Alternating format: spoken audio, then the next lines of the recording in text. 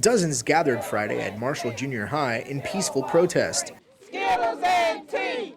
His killer wants free. to what they call the unjust killing of Florida teen Trayvon Martin. I think it was an injustice. There's questions that haven't been asked that should have been asked. Like, why did this security person, why did he have a weapon to begin with? A petition circled the rally requesting Sanford, Florida police to arrest George Zimmerman, the man who shot Trayvon Martin. Zimmerman says he was acting in self-defense.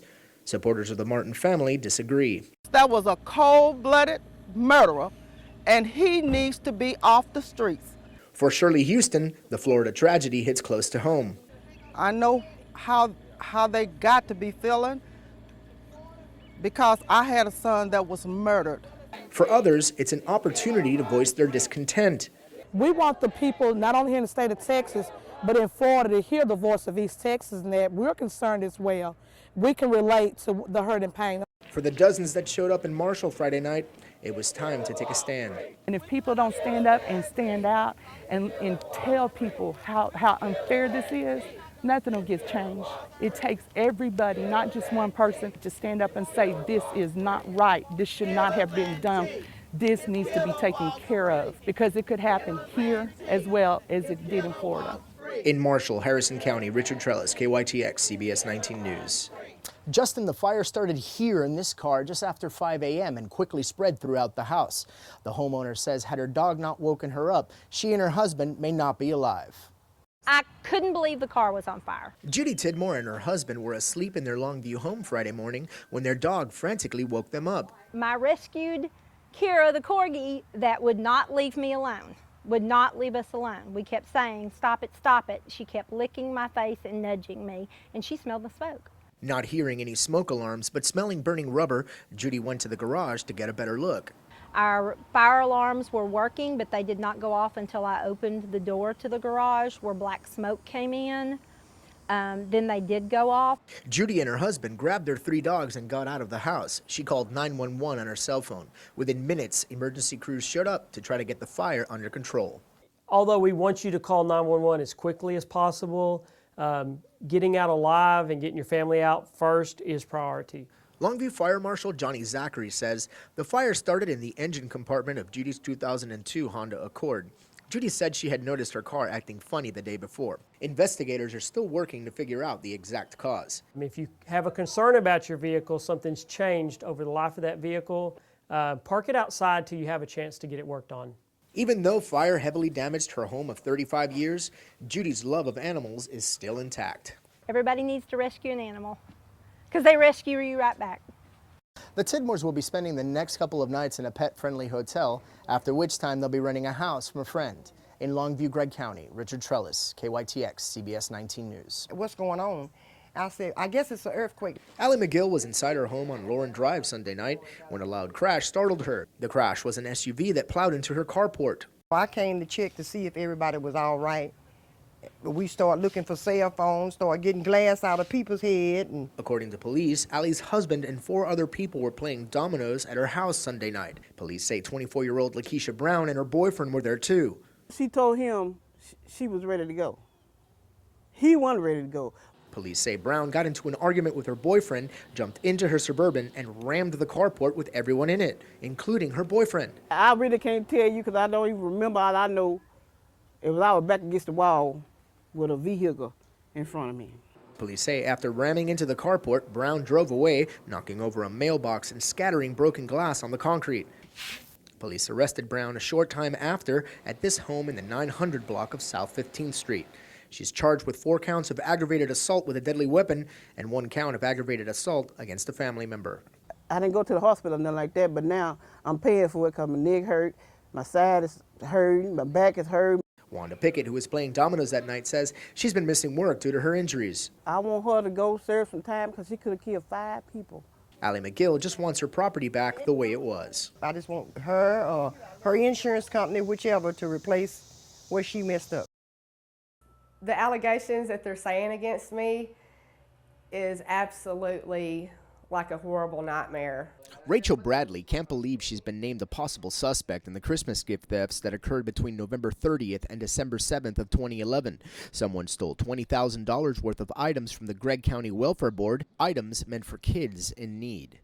I am a law-abiding citizen. I've never tried to disobey the law in any kind of way. Bradley says she and 46-year-old Sarah Adams did purchase some items, but they claim they didn't know the items were stolen. As far as I'm concerned, her and I did nothing wrong. We bought stuff that we had no idea was stolen. Bradley would not tell us where she bought the items, but her mother, Irma Davenport, is adamant her daughter is innocent. I feel like everybody's jumping conclusions, because I know that my daughter did not break in no storage building and steal all that stuff. Neither Bradley nor Adams face charges at this time. Longview police do not know if Bradley and Adams stole the gifts and are currently investigating. The detectives did some investigation and they found out that these two particular suspects had possibly sold these stolen items. Child Welfare Board workers are waiting to see what police find out about Bradley and Adams. If it should prove that they were the ones involved, and I really do appreciate the efforts of the Longview police. For Bradley, the next step is let justice take its course. I've got to find me an attorney to plead my case. Anthony, according to this police report, 21-year-old Hernan Solis admitted to having intercourse and fathering a child with a minor under the age of 14. The detective just came out and he told me that he was going to be sent for jail for, I guess, sexually molesting, or what's called here molesting a minor. Ana Ibanez lives in the 1600 block of Holly Street, just a few feet away from where 21-year-old Hernan Solis lives. She acted as Solis' translator when police wanted him for questioning. The victim's parents contacted police, filed a report because the victim was pregnant by the alleged suspect. Police say the parents of the girl filed a report alleging that their daughter was impregnated by Solis. During questioning, Solis admitted to having consensual sex with the girl 2 or 3 times. That girl is under the age of 14. Police say Solis also admitted to fathering a child with the girl.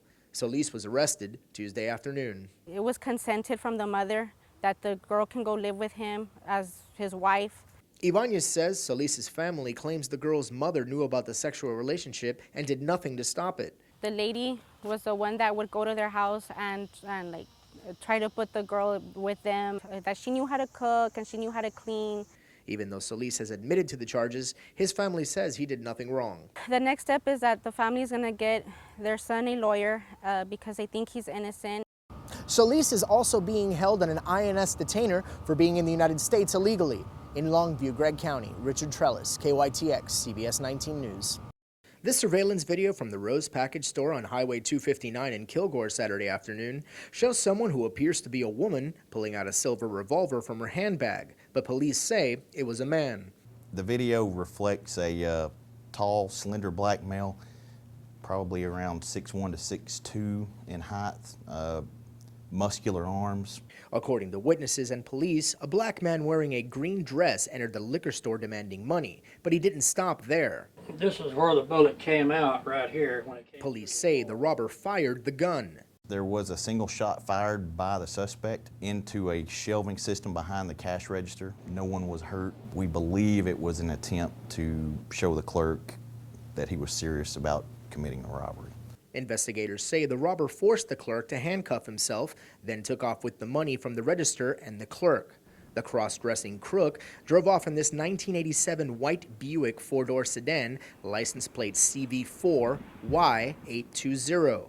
Police found the vehicle a few blocks up the road, the door locks punched out, and the steering column broken, leading police to believe the vehicle was stolen. My employee was coming back from lunch and said, "What's going on at the liquor store?" There's 4 police cards and yellow tape up. My heart dropped. This woman, who asked us to keep her identity a secret, is married to someone who works at the store. Now she wants justice. I want him caught, and I want him put in prison for a long, long time. She hopes this surveillance video helps catch the robber. I'm just glad my husband's okay. He didn't get hurt. That's just all that counts. All of a sudden you just hear like 3 gunshots, a pause, and then like 3 or 4 more. Leanne Buckley was at home with her 3 kids Saturday night when she heard gunshots. She called 911, then peeked outside to get a better look. I opened the front door and I can hear him out there screaming, help, you know, he shot me, help, help. Police say the man who was shot was a burglar and was caught in the act by an alert neighbor. One of the neighbors went over and actually saw two black males in the house. There was some gunfire exchanged, and the two black males ran out the front door, and actually one of them was hit. While one suspect got away, the other was shot in the ankle. Police highlighted where shell casings landed in orange spray paint. Casings that littered the driveway of this home in the 100 block of Delmar Street. Buckley says they came dangerously close to her and her 3 kids. There was one that was lodged in here, and then I guess one had ricocheted, I don't know. One of the alleged burglars is recovering in the hospital. Police are on the lookout for the other one. They say they will not be filing charges against the neighbor who fired the shots. The neighbor has been interviewed by the detectives, and the investigation is continuing. Buckley says after last night's events, Yeah, I'm definitely gonna get a gun. she's not taking any chances with her family's safety. In Longview, Gregg County, Richard Trellis, KYTX, CBS 19 News. We collected approximately $158,000. Longview Police Sergeant Jack Lanier says the city's warrant roundup last month was a success, but there are still offenders eluding law enforcement. They haven't been in to pay. They haven't responded to us. Police say some of these individuals owe thousands of dollars in city warrants stemming from unpaid traffic citations. A series of unresolved warrants may garner an offender the distinction of being on the city's top 10 most wanted list. The main 3 that I want to focus on of apprehending is Gary Lee Nelson Jr., which holds 11 outstanding city warrants, which $5,769.10. Jose Fierros has 9 city warrants, owes $7,129.33. Quintus Shaw has 7 outstanding city warrants, 3 Gregg County warrants. Total fine amount for the city is $5,421. Warrant division officers say if you have outstanding warrants, regardless of the amounts, turn yourself in so they don't have to find you. But make it easy for yourself. Just come down, turn yourself in. See the judge next day. It's better than getting picked up on the side of the road, getting your vehicle towed, or getting arrested at your job and losing your job. In Longview, Gregg County, Richard Trellis, KYTX, CBS 19 News. And I just seen it.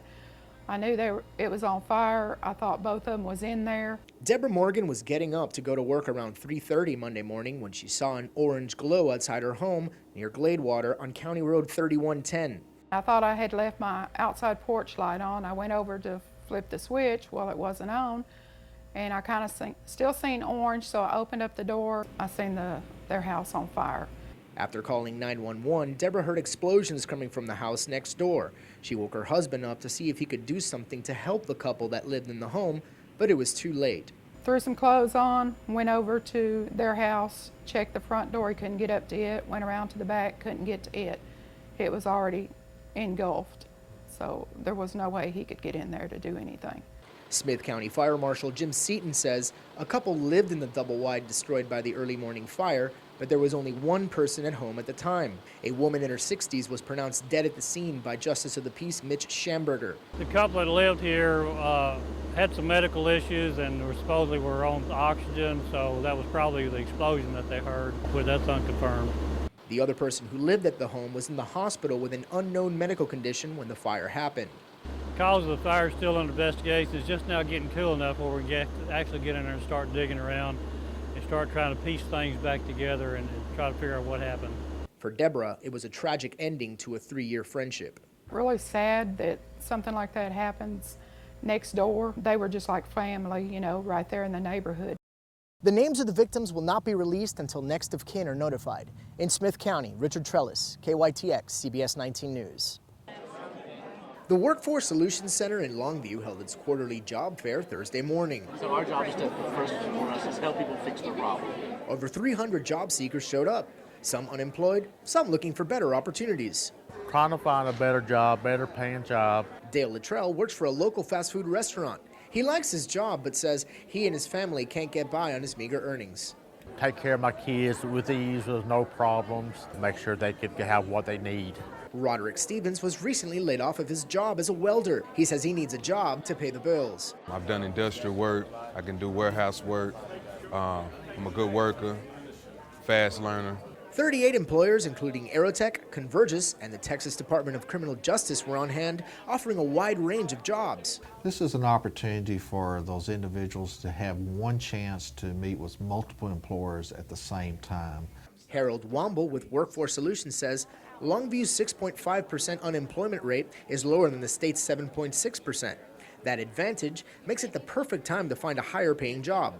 These individuals need to find better employment, especially being underemployed, a lot of our individuals are. This is an opportunity for them to increase their pay. Womble says job fairs not only help workers, they help the city too. Keep those jobs here in our local market so that these individuals are not going off to larger areas such as the Dallas market. For Roderick, this job fair is a sign of hope that something good is just around the corner. Keep pushing, man. Keep trying to do better with yourself. Fighting fires and saving lives is a dangerous way to make a living. It's what firefighters do, but not necessarily who they are. So that makes it difficult sometimes. Makes it tough on the kids and maybe a little tougher on my wife. The risk that every firefighter faces can put stress on their families. Join me for a look at the life and the other life of a firefighter. It's hero, husband, daddy. A special report tonight on KYTX, CBS 19, 10 at 10.